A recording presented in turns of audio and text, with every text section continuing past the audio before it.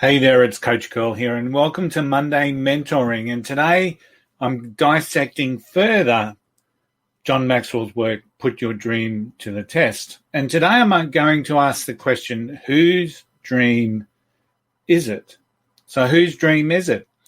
Because many of us go through childhood and some of us may have a weighted expectation placed on them, whether it is to be following in the footsteps of the father, the mother, the parent, the family, or even to fly the flag higher than what has been done in previous generations.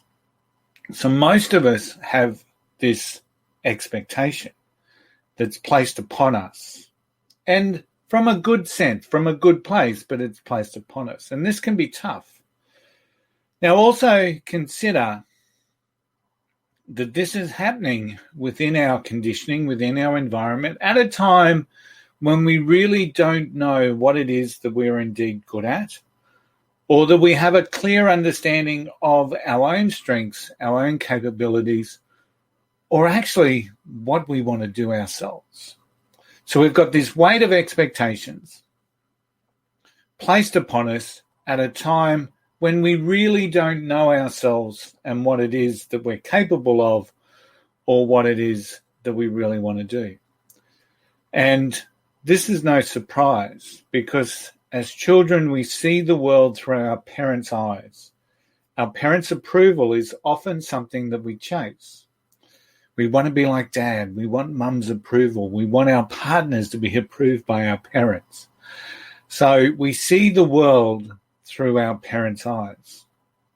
Have you ever seen or have you ever felt that yourself? Now think about those who've given up on their creative or their sporting endeavors to get themselves a steady job because that was the advice from the family. That was the expectation from the family. What about those that get married or got married and settled down to please their mum, to have kids, to feed the generation line, to give your parents to allow your parents to become grandparents? Maybe some of you have not continued a relationship because mum or dad didn't approve. Or, going to the absolute extreme, what about those that became a lawyer or started off on a professional journey because of the family line, because of those expectations? An interesting way to look at this is when we look at this concept called the midlife crisis or a mid-career change.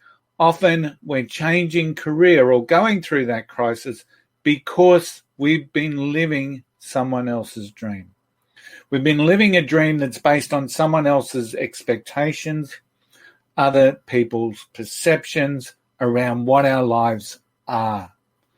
And when we finally realize that, when we're going through this thing called midlife, we're going through a bit of a crisis, we go through a bit of a change, and it's often because we've been living someone else's dream and not necessarily your own. You cannot achieve a dream you do not own. You can achieve success in something you don't own, but you don't feel the achievement behind that dream unless you own it.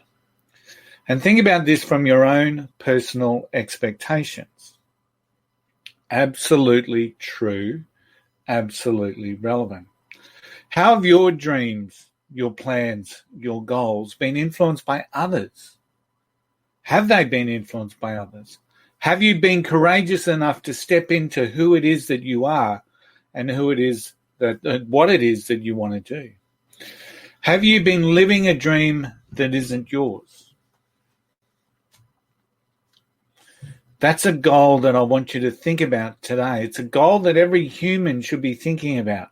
Stepping into my dream. Trying to discover my dream. Trying to work through that passion of my dream. Because that's your role. That's your role to discover that. That's your role. That's your purpose to find that. Discover your dream and find your passion. So during the week, reflect back. Where do you now sit in the pursuit of your dream? Where do you now sit? And are you really living your dream? Thanks for tuning in to Monday Mentoring. I'll see you all again next week. Bye for now.